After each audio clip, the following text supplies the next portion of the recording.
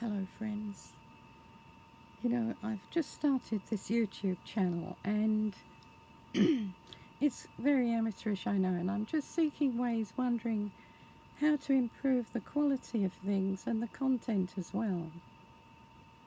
So I consulted my guardian angel, and she said to me, I've a few tips for you. She said, never use the F word. Whatever you do, never use the F word. You may offend a lot of people. You weak bright. So I said, okay, I'll be careful. I've never been an effer, really. Never been much of an effer. But the last few weeks have been very taxing, and I have sought ways to let off steam.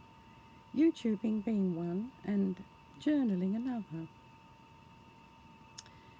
So, I thought I might change the name of YouTube altogether for the world into, to upgrade the whole thing to ValTube. I don't know what you think about that. It sounds classier to me. So my ValTube is, we're having the struggle finding a hospital to accept me in Japan because long complicated treatment, and they say it's my age. I'm 66. I'm only 60. I go in there dressed with a Marilyn Monroe dress with the red high heels and the red lipsticks, and I said, what do you mean old? Ask my husband my chronological or my functional age. Anyway, and I look around the cancer centre, and there are all these very elderly people, God bless them, God bless them, with all the attachments and all the, and God bless them. And they're well into their 80s and 70s and beyond. So age is not the thing. Age is not the thing. The first doctor refused to treat me because I was beyond hope, absolutely beyond hope. 2 months to live, and 1 month's gone. I'm still here. I can still do the happy dance. I can do a mean arabesque, and even a fouette onto a gnaw after dinner. And so then this doctor was kind of forced into treating me by my husband and the family doctor, and I thought, well, do you really want to go to a doctor who's been forced to treat you? What's she going to put in that hypodermic or soup? So we want to start right from the beginning with a completely fresh diagnosis, completely different doctor, completely different hospital, and just begin again, But ultimately, and before anything else, we are praying for the miracle. The miracle. They happen all the time. This God is not a mean little God. This is the God who created the entire universe, cosmos, you, me. We didn't create ourselves. He's breathing us. We belong to him. God is love. If you don't believe in God, you don't believe in love. That's all you're saying. Anyway, I'm not here really to talk about that. I'm just here to ramble on, as I usually do. And my husband says, well, he says your eyes are bright, your skin is glowing. He says, I don't believe you're ill at all. I said, well, look, I can't help being beautiful. But it's the diagnosis that counts. So that's what we want to get, the really good diagnosis from good hospital. Who knows all about the genomic and chromosomic therapies and stem cells and all the rest of it. The first, we did speak to another one, but he was a second opinion, so he didn't have authority to do anything. But he spoke about genomic therapy and blood transplant. I said, do you know what you're saying? I don't want the blood of a gnome. I want human blood, if any, you know. And I've wondered about that, what happened, you know, what the result might be if you actually take in someone else's chromosomes. And God bless these donors who donate life and blood to strangers across the world who they may never meet, living saints. God bless them. I just wonder what happens if, you know, you have that done and you may take on characteristics of the donor.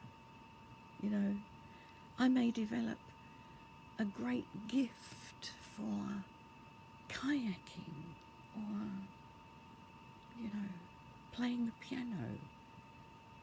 Or I may develop a wee Scottish accent. Or even a little bit, some little bit German mit und multilingual languages also.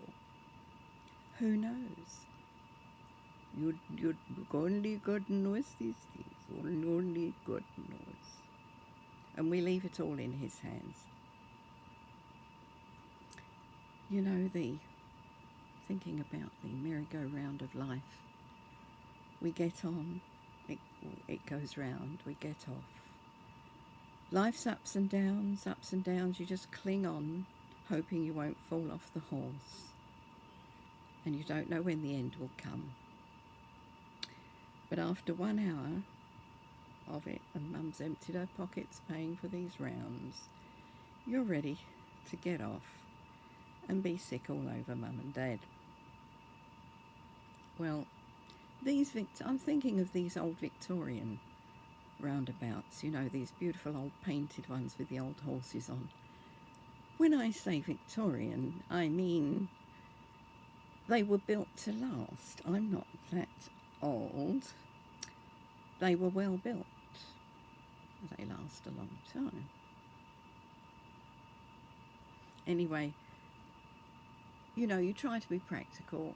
After the first diagnosis, the shattering death sentence, the first thought that came into my mind was, how on earth am I going to wear all those shoes I've just bought, all those new shoes? Yeah. And you think to yourself, all these silly things come into your mind, you know. What to do next, and who to consult. So, anyway, I sprang into action and went shopping. I bought the shampoo for the bald head. I got the very soft toothbrush, the pink wig, everything ready, all ready to go in. All ready. I'm still packed at home, living out of a suitcase, waiting to be taken in. As yet, no room at the inn. Anyway, in the meantime, a distraction, I think, is very important, you know. So I read all these silly books. I've got a pile of silly books, you know, Texas Romance, and he gazed into her eyes and their pulses raced and all that. And while you're rolling your eyes, you're distracted from anything negative and things like that. And I thought I would learn Hebrew. There's a 3-month crash course offered. So I phoned up and I said, well, I've only got 2 months to live. Could you shorten it, you know? And they said, okay. And the reason I thought of Hebrew is that I was told by somebody who knew somebody who was a professor of Hebrew, who said that Hebrew is a very black and white language. And I thought of what Jesus said, let your yes be yes and your no be no. And I thought, I can see why then. You know, when God was in his heavens before the incarnation, looking down at his creation, and he said to himself, that's the people I'm going to be born unto. You know, Hebrew speakers. He could have been born in Taiwan, Venezuela, but he chose Hebrew speakers, you see. Let your yes be yes and your no be no. So I thought that's a good reason to learn Hebrew. I understand the Old Testament better, preferably Aramaic Hebrew. And, you know, if I ever get into the treatment, please God, I won't need any treatment. I'm hoping the next blood test and the spinal, what they're called, the bone marrow aspiration, I hope they'll say there's nothing wrong with you. Go home.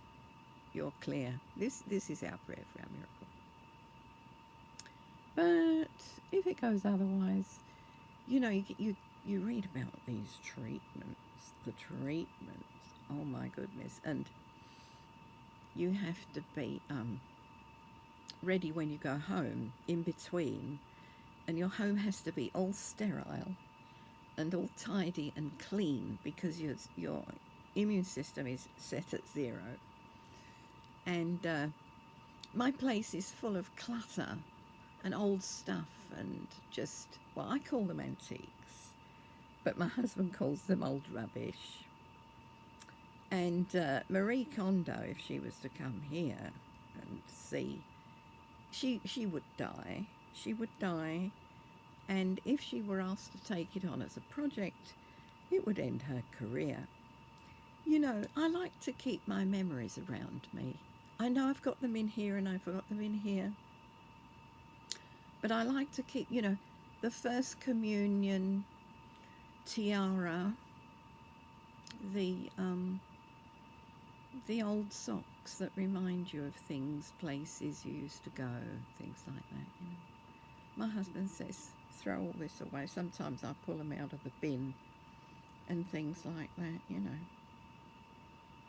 And, well, you know, the doctor said you need a donor at first. I said, what? I'm seriously ill and you prescribe a donut? I don't even like donuts. Now, if you prescribe Gâteau Chocolat, that would be a different matter. I'd be happy to go along with that treatment. So there we are. God bless all the saints who do donate life to others. And, you know, my husband, he's been going around pulling faces, worrying about me. So I've said to him, look, get a sense of proportion. Just fill up the cupboard with Gâteau Chocolat and everything will be fine. That's all we've got to worry about. And he said, yeah, you're right, of course, as usual. And there we are. So that's about all for now. And I just hope to see you again, maybe in a month's time, defying all diagnoses before. I've already proved them wrong. And the home doctor said I've proved the first diagnosis wrong. What we have, we don't know, MDS AML, but I'm praying for that miracle. That will be it, and that is it, with all my heart. And I pray for you and all who have prayed for me, and thank you very, very much for your gifts and prayers and all good wishes and encouragement and everything. And put the can in cancer. Live life. Love life.